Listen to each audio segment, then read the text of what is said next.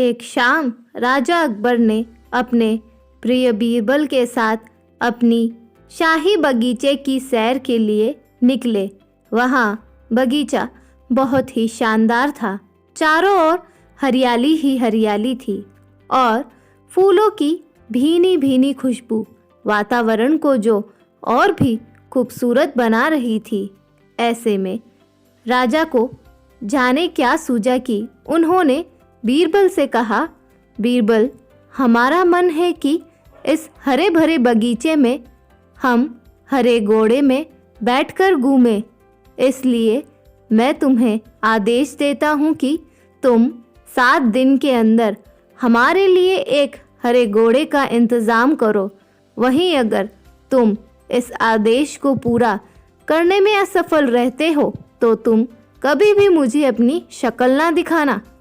इस बात से राजा व बीरबल दोनों ही वाकिफ थे कि आज तक दुनिया में हरे रंग का घोड़ा नहीं हुआ है।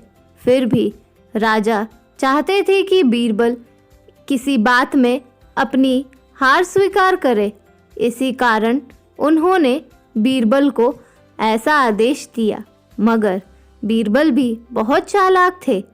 वह भली भांति जानते थे कि राजा उनसे क्या चाहते हैं। इसीलिए वो भी घोड़ा ढूंढने का बहाना बनाकर 7 दिनों तक इधर उधर घूमते रहे।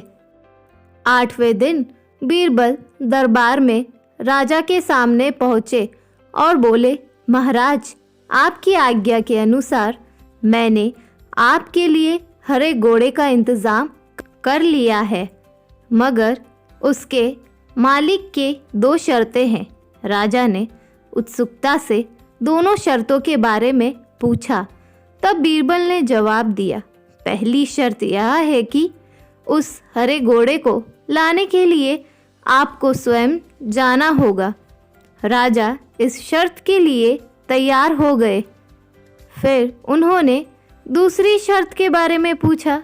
तब बीरबल ने कहा, घोड़े के मालिक की दूसरी शर्त यह है कि आपको घोड़ा लेने जाने के लिए सप्ताह के 7 दिन के अलावा कोई और दिन चुनना होगा। यह सुनकर राजा हैरानी से बीरबल की ओर देखने लगे।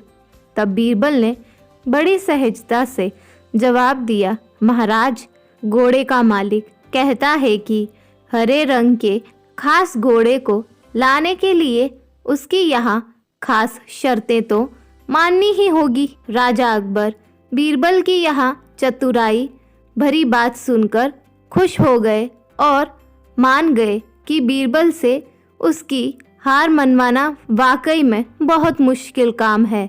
यह कहानी हमें यह सिखाती है कि सही सूझबूझ और समझदारी के साथ नामुमकिन लगने वाले काम भी आसानी से किए जा सकते हैं।